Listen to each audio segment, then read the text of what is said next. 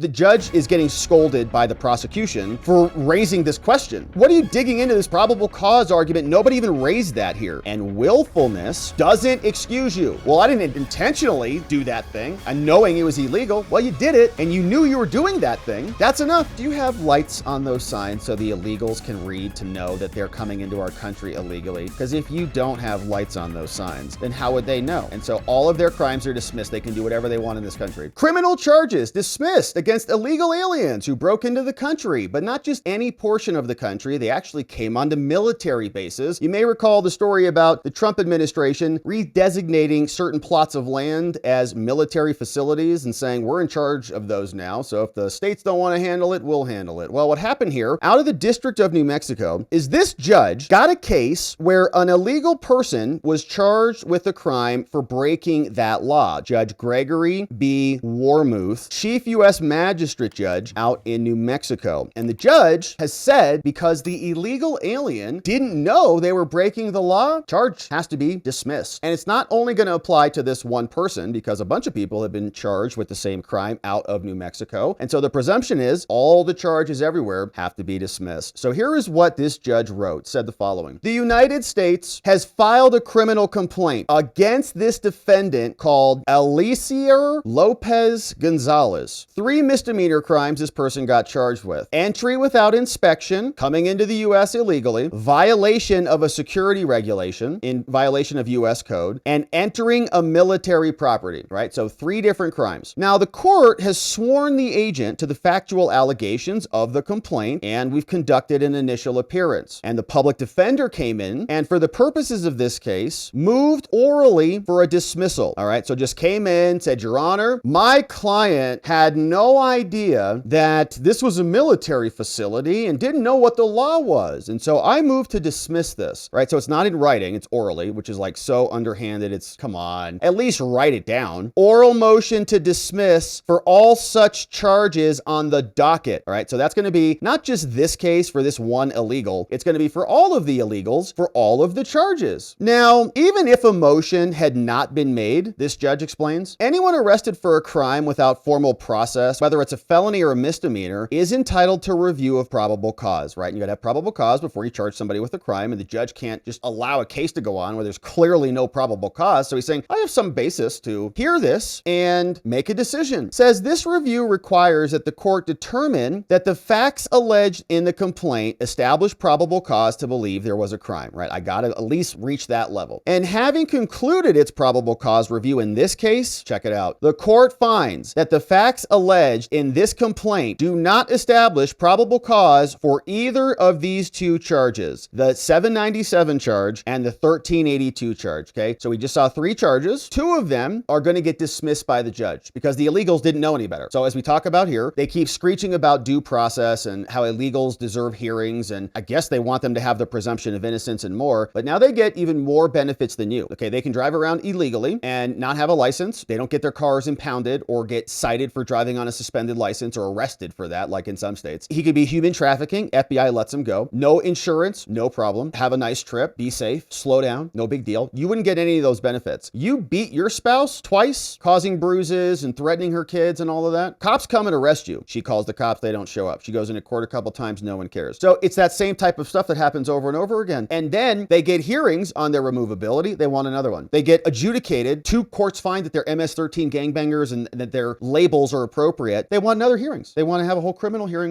with a jury and all of it. And now you try, or anybody you've ever known who's ever been charged with a crime or been criminal adjacent to somebody who's been charged with a crime, you getting charged with a speeding ticket. Tell the cop, I didn't know. I didn't know it dropped from 65 to 45. This is a speed trap, you maniacs. You're trying to abuse your citizenry here.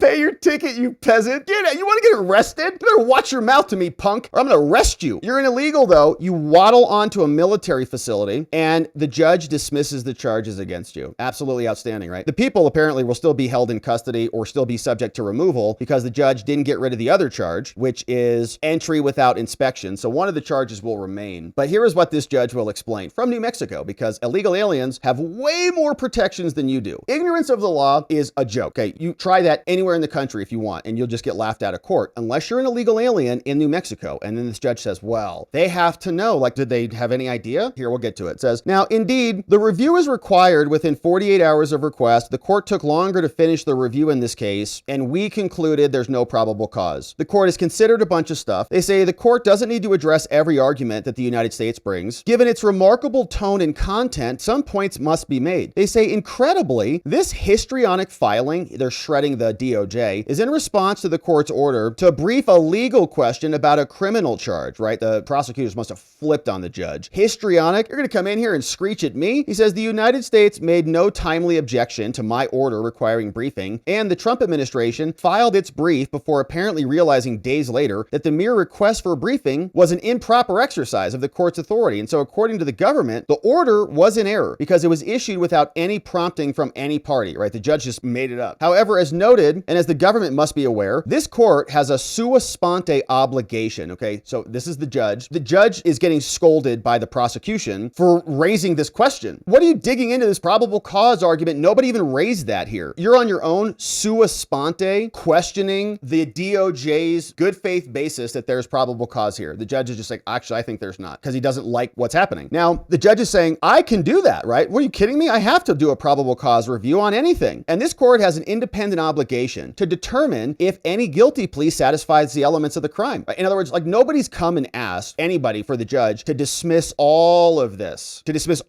stuff, but the judge is just going to do it. Thus, for both probable cause and my other obligations, this is essential. The court just simply wanted to provide the government and the defense an opportunity to weigh in on that analysis. And regardless, the government says that this briefing would lead to an improper advisory opinion. Okay, nobody came to this judge and said, can you please dismiss all the charges against all the illegals based on this argument? He just did it on his own. And he says it's not an advisory opinion. It should be clear from the order. This is my legal analysis to this case. And the briefing order was not filed. And I had to fill, the judge writes, my probable cause review because you're invoking military trespass statutes. And this attempt at efficiency, just to try to resolve all of this and dismiss all these charges now, is not a constitutional error. I'm allowed to do that. This conclusion is particularly true when the factual allegations in the complaints are virtually identical with other military trespass that is charged across hundreds of cases, right? They designated this military facility and they said, if you come across, we're going to charge you with these crimes. Now, while the court appreciates the government's newfound concerns about the facts of the case, the government's quote, cut and paste approach to these allegations is contained in every criminal complaint charging these crimes everywhere. So finally, the government says, you can't require us to brief these things. And even assuming that the case law about challenging indictments would not have passed the review of a grand jury, it'd have no bearing on what I can do here. And so the judge, right, he's responding to the prosecution saying, who the hell do you think you are? You can't just pick this up and dismiss this case. No one's even asking for it. And the judge says, oh, yes, I can. And so 2 charges are now dismissed without prejudice. And as you're going to see, meaning they could be refiled, but they won't because the judge found that they had no notice, at least until that issue is resolved. So here's what the judge says, okay? Why do these illegals get their criminal charges dismissed? Because they were ignorant of the law, but you don't. Here's what the judge says. This statute makes it a crime. 797, to willfully violate any defense property security regulation. Willfully, right? They're going to say, oh, see, they didn't willfully do that. Now, in this case, the illegal is charged with violating a regulation that was promulgated at Fort Huachuca, prohibiting entry into the national defense area. There's a regulation there. They created it out of the Roosevelt Reservation. They said, guess what? Now it's illegal. Now, under these circumstances, outside of mens rea, and mens rea, recall, in criminal law, there's generally 2 main components to a criminal charge. There's also elements of a crime, but there's 2 main components. Zooming out on this, which is you got to have a guilty mind, so a mental state, which is known as the mens rea, seen there, and you also have to have an actus reus, which is an act, like a physical act. So you wanted to do the thing, and then you did the thing. So like premeditated unaliving, like you thought about it, you planned it, and then you did it. There's kind of 2 components to it. So if you're going to willfully enter an area that you're not supposed to enter, the willfulness kind of implies you kind of know that you're not supposed to go there, is going to be the argument. They say that this is a lawfully regulated regulation, prevents unauthorized entry, and that their entry was unauthorized. And so in order for this to be valid, the defendant must willfully violate the regulation. And so willfully is the standard. And the illegals didn't know it was a military base. So the public defender came in, and at the initial appearance, he said, Your Honor, my client didn't willfully violate anything. Plainly requires knowledge of the security regulation at issue and an act in defiance of that regulation for some nefarious purpose. Saying my client didn't act with nefarious purpose. There was no defiance of that regulation. They're just walking across the border. They're just there on a leisurely silly stroll. Put another way, they argue that not only does the term willful unambiguously require a culpable mental state, but that mental state must be specifically directed towards committing a defense violation, right? There's no citation for this proposition, and it contradicts the Supreme Court definition of willfulness. Now, the primary case for willfulness is this other case. The court said, well, it's a word of many meanings. It can mean a bunch of things. That's why it's everywhere. Now, one could conclude that acting with knowledge that one's conduct is unlawful means that a defendant must indeed know the law. But the Supreme Court rejected that. The Supreme Court explained in a statutory willfulness requirement, it does not ordinarily carve out an exception to the traditional rule that ignorance of the law is no excuse, right? So there you go. That is the standard traditional rule, as I mentioned. Ignorance of the law is no excuse. And willfulness doesn't excuse you. Well, I didn't intentionally do that thing, and knowing it was illegal. Well, you did it, and you knew you were doing that thing. That's enough. Knowledge that the conduct is unlawful is all that is required. Knowledge that it's unlawful, right? So is what they're going to say there. Now, the only exception to that traditional rule involves highly technical statutes, and this can be very difficult to parse through. Now, this court does not find that the statute here would fit within this exception, notwithstanding the fact that the prerequisites to the crime, which are military property with a security regulation, they say that may be legally intricate, but the crime simply outlaws trespass on property that's administered by the military. Not only is this crime straightforward, its application along the borders where illegals are coming in does not risk ensnaring individuals engaged in apparently innocent conduct. And so therefore, this court concludes that to establish a willful violation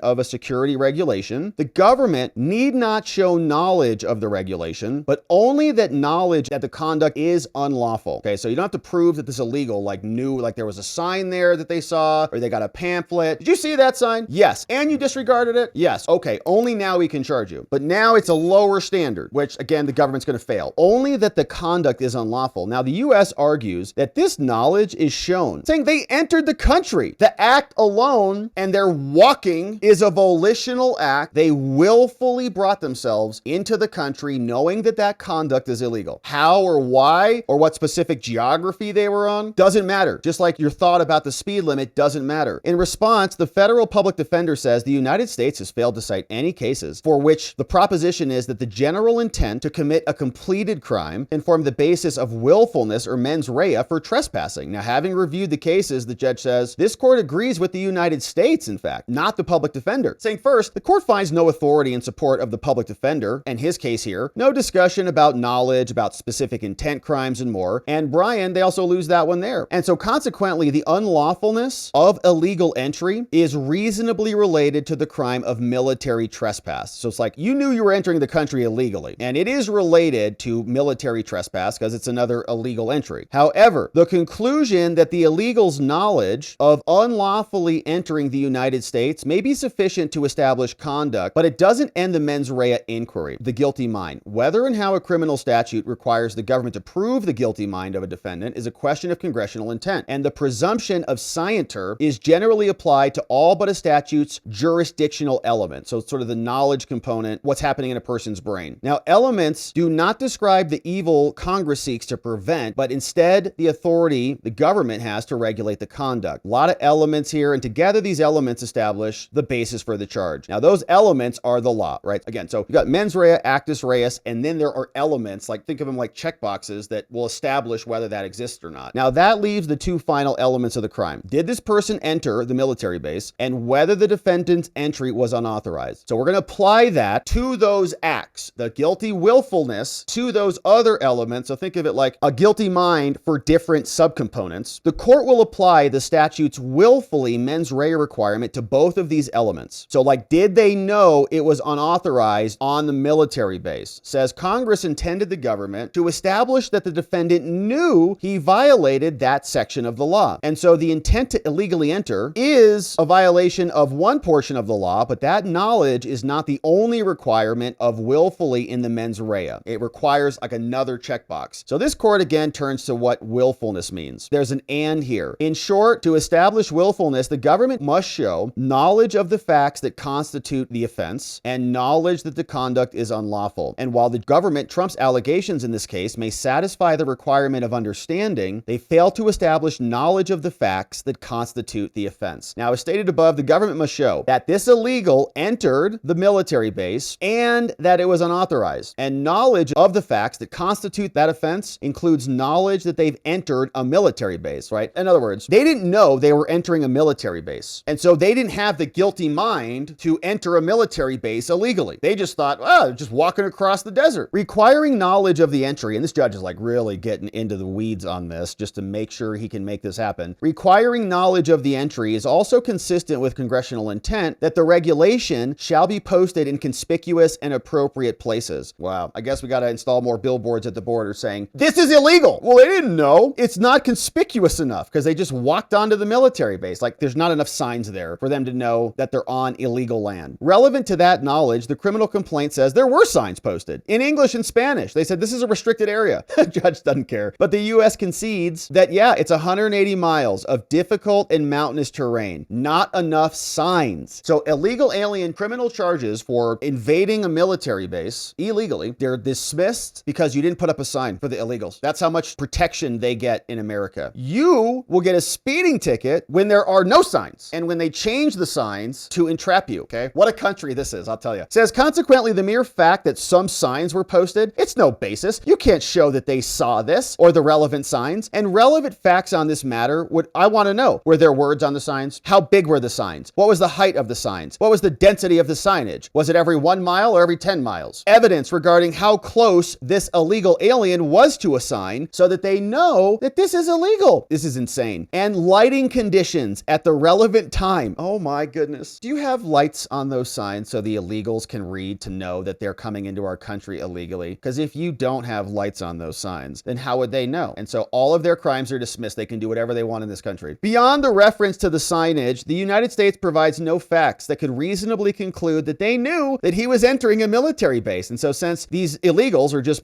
dumb, I guess, like, oh, ¿dónde estás? No, lo siento, ¿qué pasa? They have no idea where the hell they are. And then suddenly, no criminal charges because ignorance of the law for illegals is perfectly okay, but not for you. The criminal complaint fails to establish probable cause that they knew that they were entering a military base, like they knew it was a military base. And as the court has held that knowledge is essential, charges can't be brought, and so they must be dismissed. Incredible. The statute, another statute, right? So why the second charge is going to be dismissed since illegals are better than you. The statute makes it a crime to go to any military reservation for the basic purpose prohibited by law or lawful regulation. Now, the basic elements of the crime are not hidden. Goes upon a military reservation for any unlawful purpose. Now, both the United States, the judge says, and the federal public defender, they spend a lot of time on the second element, so we'll start there. The court says that there are two categories of violations here. First, an illegal can go upon the military property for the purpose that is unlawful, for separate from the entry itself. Or second, an illegal can violate the same paragraph by going upon without authorization. Now, in such a case, the unauthorized entry itself can provide the unlawful purpose. Like entry alone is an unlawful purpose. You can't just go and stand there even if you want to. Like the unlawful purpose doesn't have to be to steal classified documents. It's just to be there. Now, the United States says that this illegal's case falls into the first category. And under this theory, this illegal entered the military property for the purpose of entering the United States in violation of the law. Notwithstanding the arguments by the public defender, this court broadly agrees on that point. Now, as alleged in the criminal complaint, the military, the base that was entered by the defendant, is contiguous and parallel with the international border between the U.S. and Mexico. And the complaint further alleges that the defendant entered the base in the process of illegally entering the U.S. at a place quite distant from the nearest port of entry. Oh, I had to walk far, yeah. Saying, for the purposes of probable cause, it's also reasonable to conclude this illegal was intending to elude any examination by entering in the location he chose. Yeah, the judge is like, yeah, absolutely. He's trying to enter the country illegally. So I guess you're going to dismiss his charges? Answer, yes, they will. Under these circumstances, the complaint establishes probable cause to believe that the entry and presence in the military base was for an unlawful purpose. So that's met. So then the court turns to the first element. What does goes upon the military reservation mean? So, well, the law says there's really no comprehensive mens rea requirement inside of that law, but the statute does contain a specific intent requirement that adds to that. Like, I intended specifically to do that thing, which is an element of the crime. It shall be unlawful for any person to intentionally possess possess with the intent to distribute a controlled substance, as an example. Now, thus the court must first determine whether there is any requirement with respect to the goes upon element, like this knowledge requirement. The United States argues that no, the specific intent is met by going onto the land. You don't need to show that there was knowledge about it being a military base. Now, as quoted above, the Supreme Court said, we have to presume that Congress meant what it says essentially, and so we presume it is knowledge sufficient to make them responsible for their conduct. And the presumption says, even when Congress does not apply any scienter to the statutory text or the jurisdictional elements, we have a presumption. And so certainly the sole actus reus of this crime, going upon the military, is not a mere jurisdictional element. And so the presumption of scienter applies. This general presumption is bolstered by the fact that entry, aka goes upon, is the only act elementally required in this crime. So goes upon, like the actus reus is so small, the act, that we can presume that there's more mental components that need to be met. By their nature, military reservations are generally obvious and well marked, but in many places, public roads might count. And so individuals could enter military property without being aware that they crossed a meaningful boundary. If a person were driving alone on a road intending to commit a crime in the next town, they'd be guilty of a crime by the government's logic. In fact, they would be guilty even if they never committed a crime, if they never engaged in any knowingly culpable conduct. The absurdity of their result says Congress only intended to criminalize going upon if it was done knowingly. So the illegal going onto the base, which was published, like this was publicized, everybody knows we're fortifying the border, didn't have enough notice, and they get their case dismissed, their charges dismissed. The United States says no. The unlawful purpose is enough. That is knowledge. They know that there's a bad reason for them to cross the border. It's illegal. The United States is correct though, but as to the second element, but knowledge that they were specifically or generally prohibited is not the only element. There's another element. Three elements must be established: that the illegal knew they were prohibited from entering the base, they intentionally entered the base, they knew they were prohibited from entering, like all those three things. So the judge is now essentially adding some elements in there and saying they didn't meet them. Unsurprisingly, other cases where these other were upheld is where they knew they entered the military property, they knew they were prohibited from doing so. And so if you didn't require knowledge, you could charge anybody who just bumped onto the military base. And so this undermines your conclusion, and the law should be tighter so that innocent people aren't ensnared under this charge. Now, for the same reasons, the criminal complaint fails to establish probable cause to believe that they knew that they were entering a military base. And so since there's no probable cause, those other two charges are dismissed. And so for the foregoing reasons, the court finds that the factual allegations charging all these illegals with crimes fails to establish probable cause of these two charges, section 797 and 1382. And so therefore the court dismisses those charges. Signed off on here by Gregory B. Warmuth, the judge in New Mexico. So thank you for subscribing and joining as our coverage here continues.